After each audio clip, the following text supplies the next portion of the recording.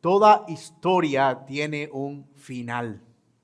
Algunos de esos finales son felices, otros son dramáticos, otros son melancólicos y otros nos dejan la sensación de que no todo terminó, como que viene otra cosa más. Nos dejan como en suspenso, ¿verdad? Como que hay algo que termina bien, pero parece que hay algo que falta, hay algo más por experimentar.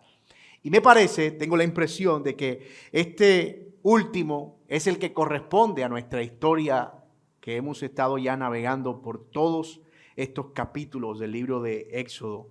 Y yo quiero, antes de abordar el capítulo de hoy, que es de hecho el último capítulo, como ya lo notaron, a manera de recapitulación, ver algunas cosas que son importantes y que constituyen la trama central del libro, para que no nos perdamos el dramatismo del final. Empezamos, como ustedes bien saben, con un pueblo que había llegado providencialmente a Egipto, siendo una familia de 70 personas, y con algo de favor por parte de los que gobernaban, de Faraón para ser específico. La familia creció y pronto se convirtió en un pueblo que al mismo tiempo empezó a ser una preocupación o una amenaza para Egipto, hasta el punto de que fueron sometidos a una cruel esclavitud. El pueblo clama a Dios y de las entrañas del poder de Egipto, el Señor les levanta a un libertador judío a quien llama y capacita para liderar la salida que Dios había planeado para ellos. De manera dramática y luego de un juicio severo de 10 plagas, el pueblo sale de Egipto como Dios lo había prometido, y corren de la mano del Señor hacia un desierto, hacia una promesa, ir a adorar a Dios y habitar en una tierra que fluye leche y miel. El pueblo recibe unas leyes, una instrucción, corrección y en no pocas ocasiones la disciplina divina. Ven a Dios en el desierto, ven su mano proveer, y en el Sinaí reciben su ley y el pedido de construir un tabernáculo, una casa en la que Dios pudiera habitar en medio de ellos, porque Él iba a entrar en una relación de pacto con ese pueblo. Luego de que el pueblo entra en la relación de pacto, a solo unos 40 días el pueblo viola el pacto, adora a otros dioses y ese pacto es quebrantado. Contrario a lo que pudiéramos esperar, Dios decide hacer misericordia en lugar de destruir al pueblo. Perdona su pecado, restaura el pacto construyendo unas nuevas tablas y ordena una vez más la construcción de la casa del tabernáculo. El tabernáculo es construido con diligencia y ahora todo está listo para lo que sigue, que Dios habite en medio de su pueblo. Y es ahí donde estamos ahora. Si la trama nos ha traído hasta aquí, hasta este capítulo 40, y yo lo leo, hermanos, para ustedes, la palabra del Señor. Entonces el Señor habló a Moisés y le dijo: el primer día del mes primero levantarás el tabernáculo de la tienda de reunión y pondrás allí el arca del testimonio y cubrirás el arca con el velo. Meterás la mesa y pondrás en orden lo que va sobre ella. Meterás también el candelabro y colocarás encima sus lámparas, y asimismo pondrás el altar de oro de incienso delante del arca del testimonio y colocarás la cortina a la entrada del tabernáculo. Pondrás el altar del holocausto delante de la entrada del tabernáculo de la tienda de reunión, y después colocarás la pila entre la tienda de reunión y el altar y pondrás agua en ella. Pondrás el atrio alrededor y colgarás el velo a la entrada del atrio. Luego tomarás el aceite de la unción y ungirás el tabernáculo y todo lo que hay en él. Lo consagrarás con todos sus utensilios y será santo. Ungirás además el altar del holocausto y todos sus utensilios. Consagrarás el altar y el altar será santísimo. Ungirás también la pila con su base y la consagrarás. Entonces harás que Aarón y sus hijos se acerquen a la entrada de la tienda de reunión y los lavarás con agua. Y vestirás a Aarón con las vestiduras sagradas. Lo ungirás y lo consagrarás para que me sirva como sacerdote.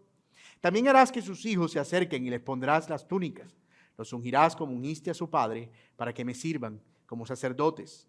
Su unción les servirá para sacerdocio perpetuo por todas sus generaciones. Así Moisés lo hizo conforme a todo lo que el Señor le había mandado. Así lo hizo. Y en el primer mes del año segundo, al día primero del mes, el tabernáculo fue levantado.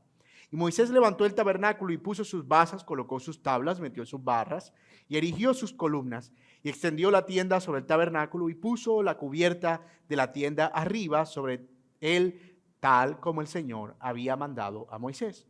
Entonces tomó el testimonio y lo puso en el arca y colocó varas en el arca y puso el propiciatorio arriba sobre el arca y metió el arca en el tabernáculo y puso un velo por cortina y cubrió el arca del testimonio, tal como el Señor había mandado a Moisés.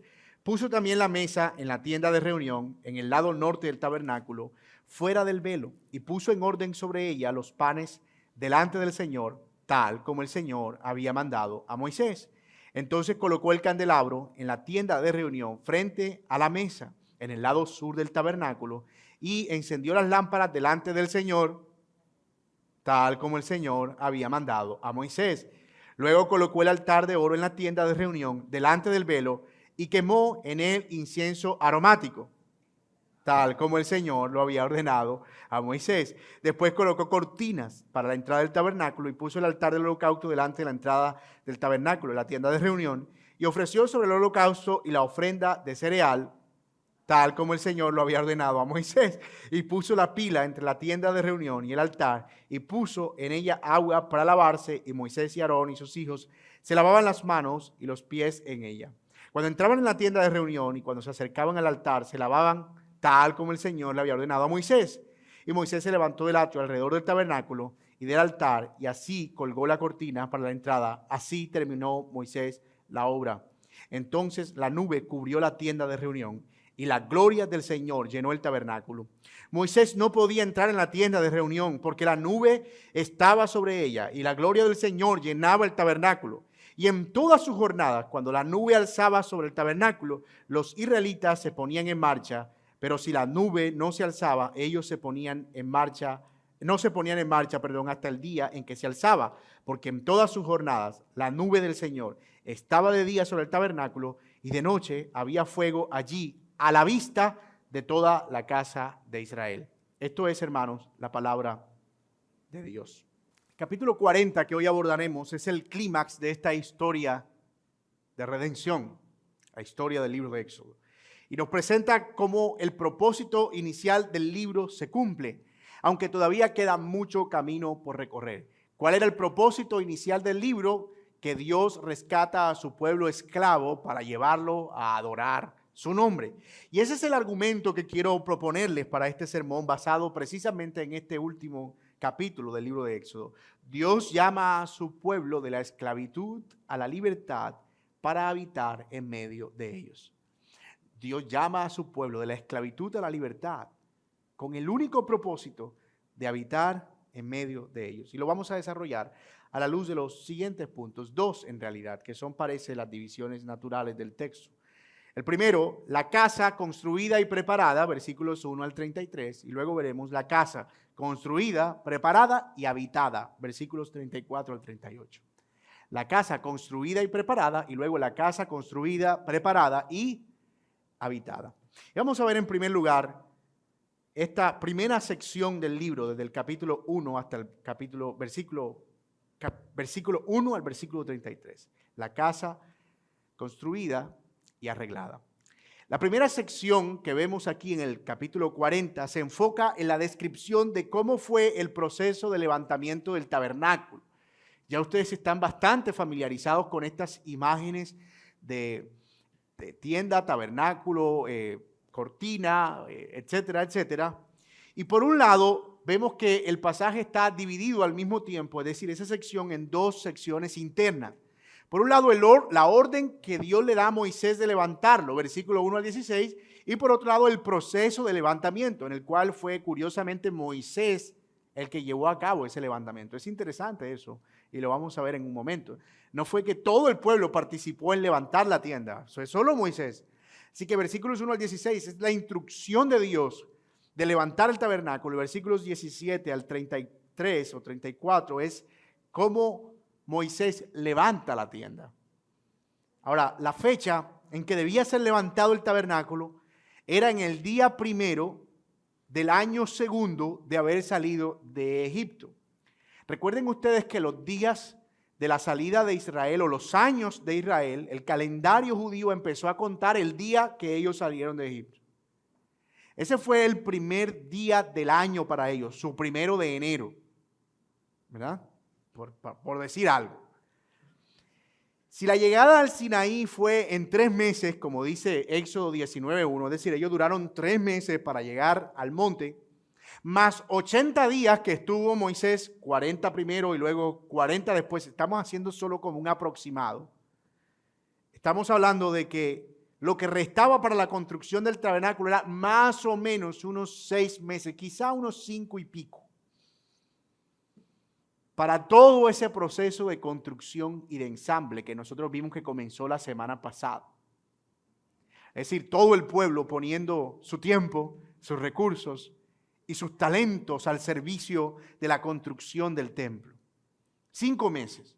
Ahora el Señor dice que para el año segundo, en el día primero, es decir, el día que se cumpliera un año exacto de haber salido de Egipto, el tabernáculo debía estar en pie.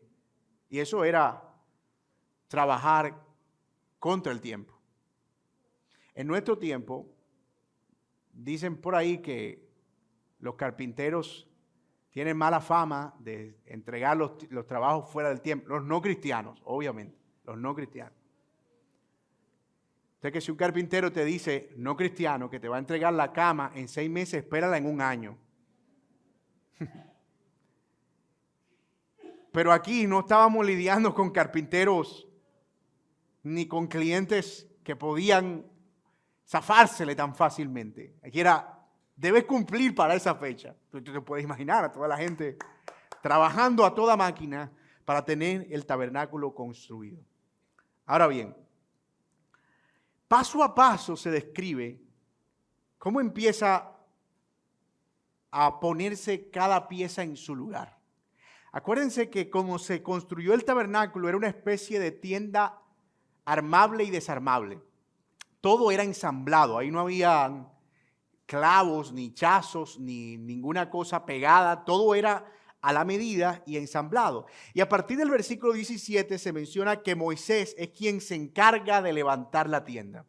No estamos seguros si estuvo a cargo del ensamble de todo el campamento, incluyendo la cortina, lo cual era un trabajo. Pero al menos lo que tiene que ver con la tienda, la parte del tabernáculo donde estaba el arca del testimonio, la mesa de los panes, el poner el agua, el poner el aceite, el poner los panes, el poner el propiciatorio, todo eso estuvo a cargo de Moisés. Ojo, Moisés no siempre fue el único a cargo, después de todo Moisés se murió, pero él sí fue el primero en hacerlo, ya después de eso los sacerdotes se encargaban, pero creo que era más por la idea de la consagración, es decir, al mismo tiempo que tú lo estás armando, los elementos del tabernáculo están siendo consagrados. Y una de las frases que ustedes ven que más se repite a partir del versículo 17, ¿cuál es? Tal como el Señor lo mandó a Moisés. Tal como el Señor le había ordenado a Moisés, así él hizo todo. Ahora, eso nos muestra a nosotros en esa repetición lo importante que era que todo eso se hiciera tal como el Señor lo había mandado. Eso nos muestra que aún los planos, las piezas y todo lo que involucró la construcción del tabernáculo debió seguir instrucciones al pie de la letra. Yo no sé si usted ha comprado alguna vez uno de esos muebles desarmables que uno compra para biblioteca y que vienen con un montón de chacitos y cositas. Yo soy una persona increíblemente torpe con las manos. Y para mí, terminar de armar un mueble de eso es una obra de arte para mí. O sea, como, ¡wow! Hay gente que arma eso con los ojos cerrados. Pero usted debe saber lo traumático que es, que terminas de armar, echas unos pasos para atrás y mira y ves como 4 piezas sueltas que no pusiste en su lugar. Y dice, madre mía, ¿dónde va esto? ¿Dónde pongo esto? ¿Dónde me sobró esto? Especialmente esos que son como que atraviesan esos que son como unos chuzitos que atraviesan una tabla y la otra. Siempre me sobran. ¿Ya te imaginas a Moisés? Que estamos hablando de que eran cordones de la tienda, de la tela que iba Entonces tenía que ver el manual, ¿verdad? El Señor dijo que la primera tela que iba era la de este color, que tenía que ir para este lado, que la puerta iba para este lado, que la basa tenía que ir. Era un trabajo increíblemente minucioso, pero Moisés tenía el manual para construirlo. Así que él tenía que asegurarse de no hacer nada según su parecer. Él no podía decir algo como que, oye, pero ven acá, ese candelabro se vería más bonito aquí. No podía hacer eso. Oye, y si cambio la mesa y el candelabro, pues al final siguen estando la misma. No podía hacerlo. Todo debía hacerse exactamente al pie de la letra. Y en efecto, hermanos, participar de las cosas del Señor, en el caso de Moisés y en el caso nuestro también, en cuanto al culto y la adoración, lo que hacemos para el Señor, no nos da derecho a cambiar lo que Él ha estipulado. No podemos de repente decir, mira, la Biblia dice esto, pero yo recibí una revelación de que debemos hacerlo de esta manera. ¿Usted sabe cuánta locura se ha hecho en nombre de hacer las cosas como a mí me parece? Como yo opino. Y no como el Señor lo manda en su palabra. Otro aspecto práctico muy interesante aquí es que Dios es un Dios de orden. Todo lo que Dios hace está caracterizado por el orden y no por el caos. Él cuida incluso los detalles más pequeños. Es impresionante pensar que Dios está ocupado de cada uno de los elementos que estaban involucrados en el tabernáculo y que fueran puestos en su lugar en la manera en que debían ser puestos. Y eso produce cierta confianza para nosotros, especialmente porque a veces queremos tener más control que Dios. Es como que yo necesito estar bajo control de eso, porque si yo no estoy bajo control de eso, eso se arruina. Pero hermanos, si cosas como estas al Señor no se le escapan de las manos, ¿qué nos hace pensar que nuestra vida se escapará de su mano? Él mismo dice en el Nuevo Testamento que Él cuida cada uno de los cabellos que hay en nuestra cabeza. Quiero pensar que es metafóricamente que el autor está hablando de que cuida aún lo más pequeño de nosotros, pero quiero pensar también que literalmente el Señor tiene contados los cabellos de nuestra cabeza y sabe cuándo ha caído uno. Por supuesto, hay quienes le hacemos el trabajo más fácil al Señor de contarlo, pero otros tal vez para el trabajo es mucho más difícil por la abundancia de su cabello. Pero como quiera, el Señor tiene contado todo. Y esa minuciosidad del Señor, ese detalle en involucrarse en las cosas que nosotros hacemos para asegurarse de que están haciéndose correctamente, da confianza. Él no es alguien que le dio cuerda al mundo, en algunos, y el mundo empezó a surgir y a desarrollarse por la inercia de ese impulso. No, Dios sigue todavía incursionando en el transcurso de la historia de una manera activa. Pero con todo el esplendor que esta casa donde Dios habitaría con su pueblo pudiera tener, y por más que se hubiese construido cuidando al límite el más mínimo detalle, todavía sigue siendo una casa vacía. Si después que Moisés termina de construir eso, se veía esplendoroso, magnífico, en medio del desierto, posiblemente hasta brillante y resplandeciente por las telas, especialmente la de marsopa que iba en la parte exterior. Se veía esplendoroso, pero todavía no hay nadie.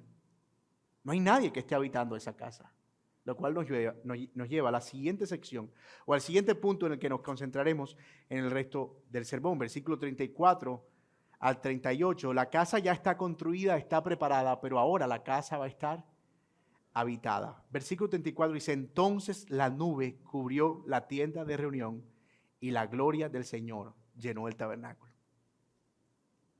La gloria del Señor llenó la casa vacía. Aunque en el texto en español no se ve con claridad, las palabras que se emplean en el idioma original dan la idea de que inmediatamente se terminó de erigir el tabernáculo, inmediatamente la gloria de Dios descendió sobre el tabernáculo. Y eso es interesante porque puede estar mostrándonos cómo Dios deseaba habitar en medio de su pueblo. Él está manifestando el deseo de estar con su pueblo. Dios quería habitar en medio del pueblo. Y antes de ver la forma y el propósito por el cual esa nube de gloria estaba descendiendo a ese tabernáculo, quiero convencerlos de que esto no es un evento aleatorio. Es decir, esto que estamos viendo aquí Por muy extraordinario que nos parezca, no es un evento suelto en la historia de la Biblia, que de hecho es parte de un patrón que vemos a lo largo de las Escrituras, Dios deseando morar con su pueblo. Eso es una idea que atraviesa toda la Biblia. Mírenlo conmigo. En el Edén, el Señor se paseaba en medio del huerto, es decir, su gloria estaba con ellos, habitando entre ellos. Y aunque el pecado alejó la gloria de Dios, el Señor promete habitar en medio de una familia escogida y llamada la familia de Abraham. Posteriormente, esa familia se convertiría en una nación con unas leyes y con un tabernáculo en el cual su gloriosa presencia habitaría, que es donde estamos nosotros ahora. El pecado y la negligencia de los sacerdotes hizo que la gloria fuera traspasada en un momento y movida de lugar temporalmente. El tabernáculo un día se convierte a causa de esta exposición que tenía los enemigos en un gran templo. Y allí también, en ese templo, al que evolucionó, por así decirlo, el tabernáculo, también la espesa nube de la gloria de Dios llenó ese templo en los días de Salomón. Luego, cuando el pueblo peca, la gloria de Dios se aleja, ya no temporalmente, sino por lo menos por el periodo del Antiguo Testamento definitivamente. Eso lo vio Ezequiel cuando vio la gloria de Dios en el capítulo 8, 9, 10 y 11. Ezequiel ve la visión de la gloria de Dios alejándose. Era impresionante porque en esa visión Dios estaba dejando al pueblo de Israel. El Señor promete traer al pueblo de vuelta y mandar a construir un nuevo templo donde volvería a estar su gloria. Y en los días de Ageo dice, yo llenaré de gloria esta casa, capítulo 2, y la gloria postrera será mayor que la primera. Pero, la gloria nunca llegó a ese segundo templo. La gloria nunca habitó en el templo reconstruido por Nehemías y mucho menos en el templo reconstruido por Herodes en los días anteriores al Señor Jesucristo. Y entonces, ¿a qué estaba apuntando Ageo capítulo 2? Bueno, a que sería lleno de la gloria de Dios, pero no justamente ese templo físico. Que llegaría un momento en el que Dios estaría con su pueblo, pero ya no en una forma de columna visible solamente para la nación de Israel en medio de las tribus, sino que iba a habitar en su pueblo, literalmente, en su pueblo. Y no es sino hasta los días del Nuevo Testamento que un niño nació de una virgen y se proclamó en los cielos, Emmanuel, Dios con nosotros. Los apóstoles vieron esa gloria. Juan dice que era la gloria como del unigénito del Padre, lleno de gracia y de verdad. ¿Y cuándo la vieron? Bueno, esa gloria ellos la vieron cuando el Señor Jesucristo los invita al monte de la transfiguración.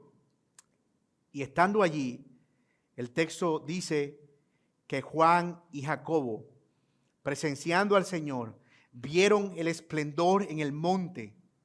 Mientras él decía esto, dice la palabra, se formó una nube que los cubrió y tuvieron temor al entrar en la nube. Y una voz salió de la nube que decía, este es mi hijo, mi escogido, óiganlo a él. Los apóstoles fueron testigos de la gloria de Dios que cubrió al Señor Jesucristo. Aunque el Señor Jesucristo les dijo, todavía no digan nada, era la evidencia de que la gloria de Dios estaba en el pueblo. Y era tan asombroso que Juan, Jacobo y Pedro dijeron, Señor, hagamos unos tabernáculos aquí y quedémonos a morar aquí. En otras palabras, Señor, esto es el tabernáculo. ¿Por qué no podemos nosotros hacer ahora nuestro tabernáculo y morirnos en este momento? Porque estamos frente a la gloria de Dios. Eso dice, no, ustedes van a tener que proclamar acerca de esta gloria y van a tener que anunciar esta gloria a los confines de la tierra. La gloria de Dios asciende a los cielos, Hechos 2, pero no dejó su lugar y su casa vacía. Él envió a su gloria por medio del Espíritu Santo, que ahora habita en la iglesia. Y cada domingo por la mañana nos reunimos a celebrar que su gloria está en medio de nosotros. Pero un día Su gloria se manifestará una vez más con mayor esplendor. Dice Apocalipsis 21, vi un cielo nuevo y una tierra nueva, porque el primer cielo y la primera tierra pasaron y el mar ya no existía más. Y yo, Juan, vi la santa ciudad, la nueva Jerusalén, descender del cielo, dispuesta como una esposa ataviada por su marido. Y oí una voz del cielo que decía, otra vez la voz del cielo, pero ya no solo escuchándola Juan, Pedro y Jacobo, sino escuchándola todo morador de la nueva Jerusalén. He aquí el tabernáculo de Dios con los hombres, y Él morará con ellos, y ellos serán su pueblo, y Dios mismo estará con ellos como su Dios. ¿Y eso qué implica? Que Él enjugará toda lágrima de los ojos de ellos, y ya no habrá muerte, y ni habrá más llanto, ni clamor, ni dolor, porque las primeras cosas pasaron. Ustedes pueden ver que el tema de la gloria de Dios habitando en medio de su pueblo no es un tema casual. No es algo que está pasando solamente en Israel en ese momento. Este es el Dios de la Biblia. Es un Dios que desea siempre tener una morada en medio de su pueblo. Eso es increíblemente asombroso. Es asombroso.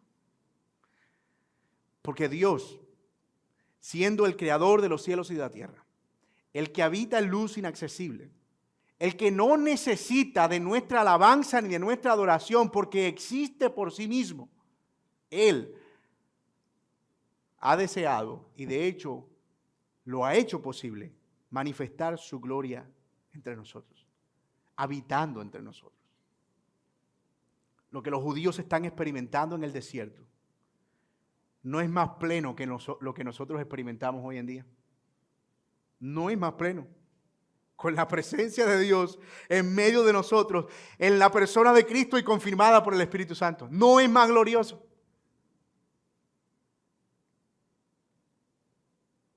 Ahora bien, de vuelta a nuestro texto, porque acabamos de hacer un sobrevuelo por la Biblia para tratar de ver el tema de la gloria de Dios. Y ahorita vamos a devolvernos a nuestro texto, a uno de esos momentos en los que la gloria de Dios, de hecho, la primera vez que la gloria de Dios después del Edén se ve en medio del pueblo. Es la primera vez en medio del pueblo.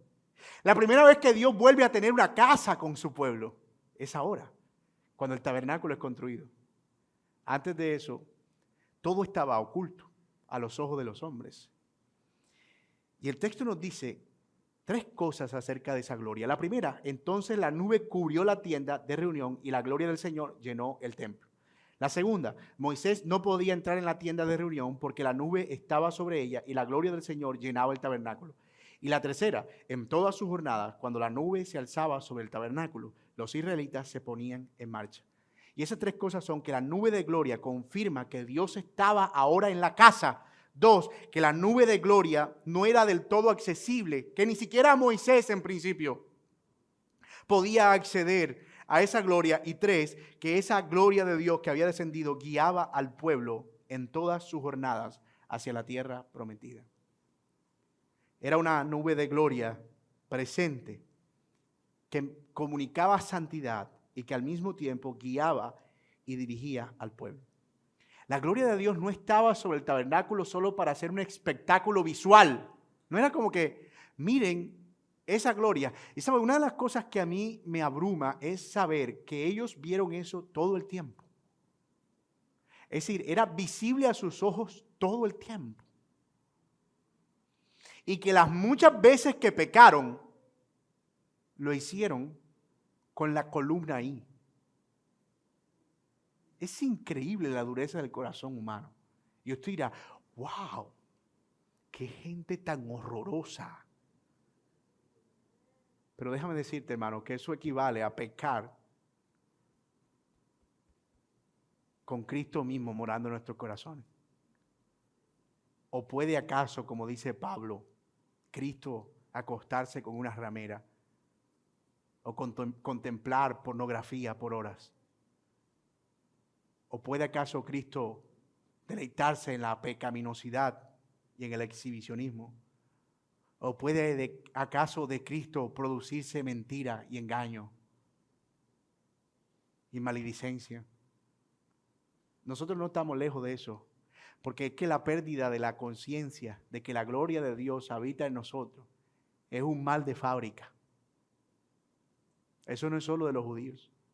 Y aunque fuera tan espectacular que aquí cada domingo tuviéramos que ver una columna visible de gloria de Dios que no nos dejara entrar, sino solo con gafas de sol, porque es que es tan incandescente lo que está sucediendo en el culto, aun cuando fuera así visible, hermano, todavía nuestro corazón seguiría siendo tentado hacia el pecado, y por eso necesitamos continuamente ser más conscientes de que esa gloria nos llama a la santidad y a purificar nuestras vidas del mal. Eso es lo que está pasando con Moisés allí. Moisés no podía entrar.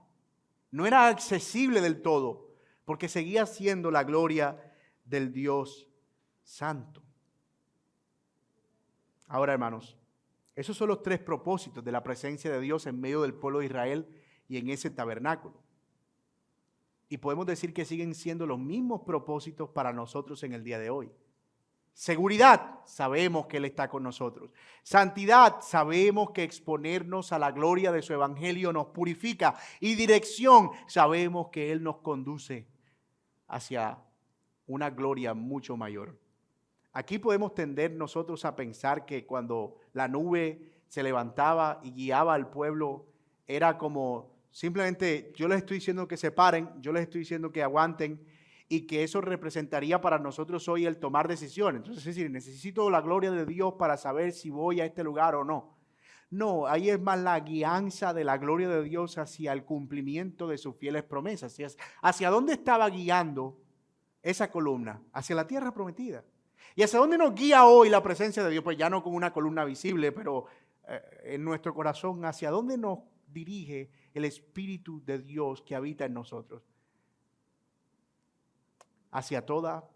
Él los guiará hacia toda verdad. Él los guiará hacia Cristo continuamente, que al final es guiarnos hacia el final de la meta. Y mira cómo funcionaba, porque da curiosidad, ¿verdad? Pero esto es lo que dice en Números capítulo 9, versículo 15, para ir solo rápidamente y vean en términos prácticos cómo es que funcionaba.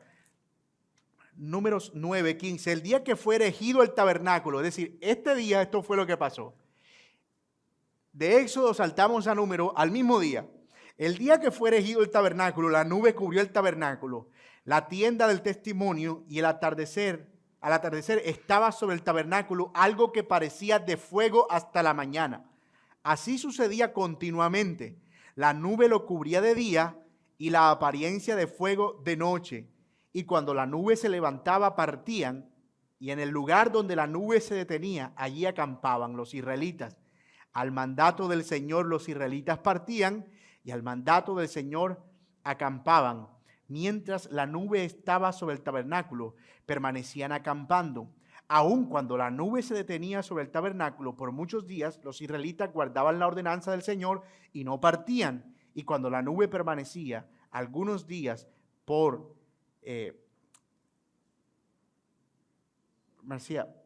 sobre el tabernáculo, según la orden del Señor, permanecían acampados, y según la orden del Señor partían. Pero cuando la nube permanecía desde el atardecer hasta la mañana, y la nube se levantaba por la mañana, ellos partían. Y si permanecía durante el día y durante la noche, cuando la nube se levantaba, ellos partían. Ya fuera que la nube se detuviera sobre el tabernáculo, permaneciendo sobre él 2 días, o 1 mes, o 1 año, los israelitas permanecían acampados y no partían. Pero cuando se levantaba, partían. Al mandato del Señor acampaban, al mandato del Señor partían, guardando las ordenanzas del Señor, según el mandato del Señor, por medio de Moisés. La columna se convirtió en lo que los estaba guiando a la obediencia. Ellos no podían moverse a ningún lugar. Y yo creo que conviene que nosotros veamos la gloria de Dios desde esa perspectiva. La gloria de Dios no nos conduce necesariamente a la espectacularidad, como lo hemos dicho en otros sermones, aquí en este púlpito. La gloria de Dios nos conduce a la obediencia a la palabra del Señor, a vivir a la luz de la palabra de Dios y de todos sus mandatos. Ahora bien, hermanos, este pasaje es un broche de oro para el libro de Éxodo. Es la mejor forma en la que pudiera terminar este libro de Éxodo. Por fin Dios está con su pueblo. Él los había libertado.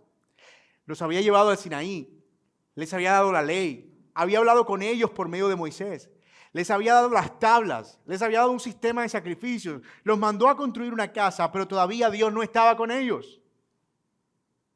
Y este pasaje nos muestra, por fin, Dios está en casa. Dios está habitando con su pueblo. Y esa analogía de la casa la hemos usado desde que se nos dio la instrucción para el tabernáculo, para explicar justamente qué era lo que Dios quería hacer. El tabernáculo no era un lugar simbólico de religión, era lo que representaba que la presencia de Dios estaba descansando en medio de su pueblo. Ahora, nos gustaría pensar que este es el fin de la historia. Nos gustaría pensar que aquí ya no hay nada más que agregar.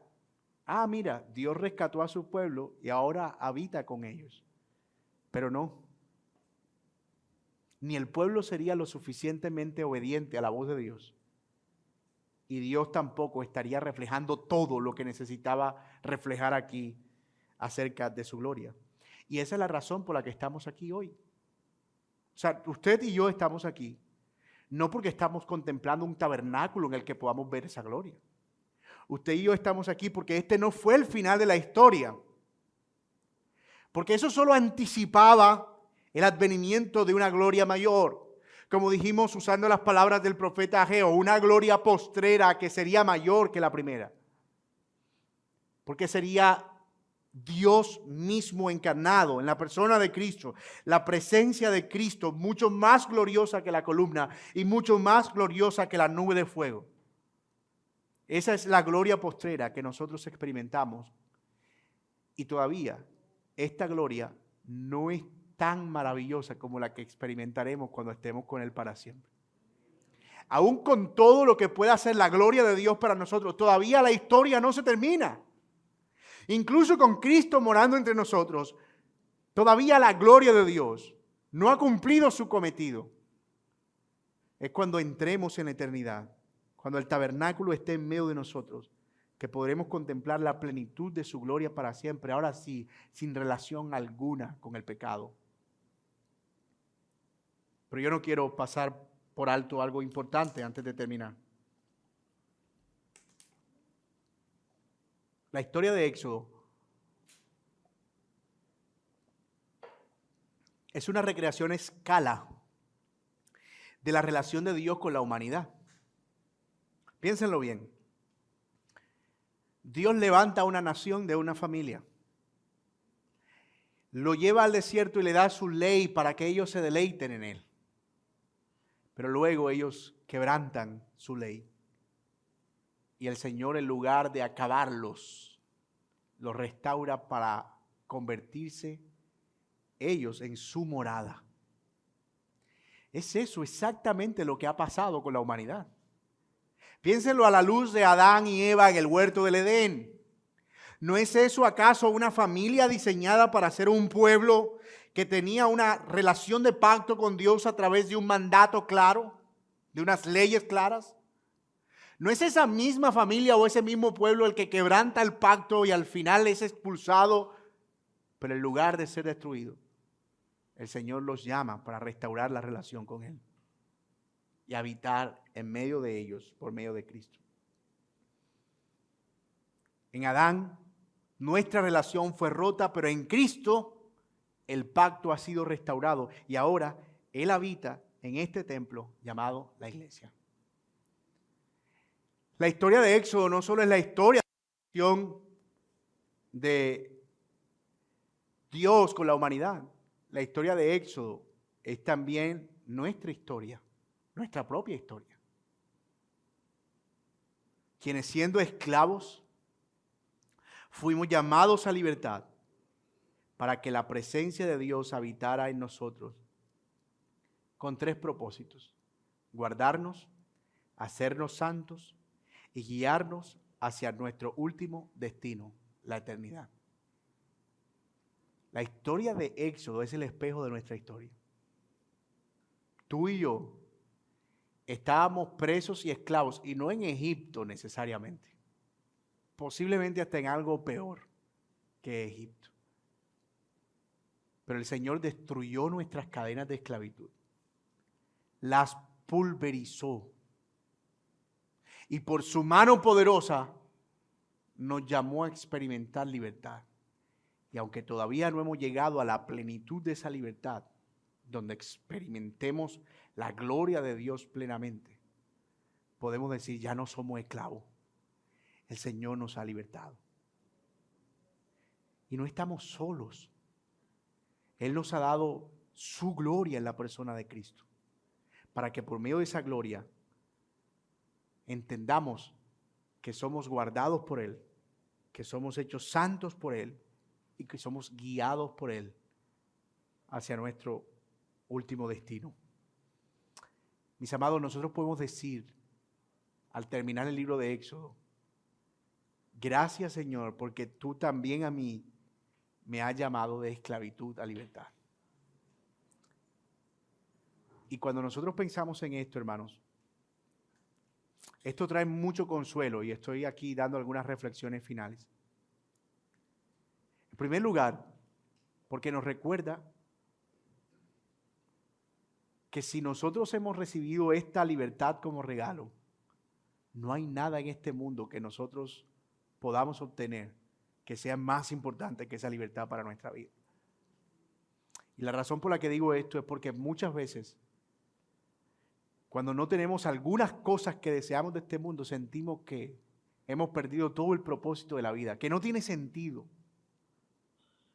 Pero cuando nosotros ponemos nuestros ojos en el Señor Jesucristo y vemos toda la obra tan maravillosa que Él ha hecho por nosotros, no importa cuánto nos falte, en nuestra mente lo que estamos pensando es, todavía no hemos llegado al final, está bien que falte. Todavía no está todo completo, está bien que hagan falta cosas en nuestra vida. Está bien que sigamos todavía batallando, está bien que sigamos todavía sufriendo, está bien que sigamos todavía con algunas carencias, está bien que sigamos experimentando ciertas necesidades, está bien, porque eso nos ayuda a recordar que no hemos llegado todavía. Y qué maravilloso y bueno es el Señor, hermanos, que nos impulsa a esa realidad, que no nos dio todo de una vez, sino que nos dio lo necesario para cada etapa de la vida. Así que es mi deseo y oración que si hay aquí alguien batallando con precisamente ese sentido de miseria, ese pensamiento de no soy nadie, no tengo nada, estoy perdido, ¿cuál es el sentido de la vida? Tú puedas mirar hoy, hermanos, y ver que si el Señor te ha rescatado de tus pecados para traerte aquí donde estás, ese es el más grande regalo que tú has recibido. Y no hay ninguna cosa que pueda superar eso en este mundo. Nada que pueda ser más grande que eso. Y si hay alguien aquí sin el Señor Jesucristo y ha escuchado más de un sermón de Éxodo o varios sermones de Éxodo, yo espero que hoy hayas llegado aquí con la convicción de que no hay nada mejor para ti que venir al Señor Jesucristo en arrepentimiento y fe. Que no tienes por qué seguir viviendo como un esclavo del pecado y de tantas cosas que han hecho tu vida tan miserable, que tú puedes reconocer hoy al Señor como tu suficiente Salvador y decir, Señor, sé mi libertador y llévame, Señor, a poder experimentar la gloria de Cristo en mi vida. Es mi oración que el Señor te permita ver la tremenda necesidad que tienes del Señor en tu corazón y que veas también cómo solamente en Cristo esa necesidad es suplida. Señor, gracias te doy por tu palabra.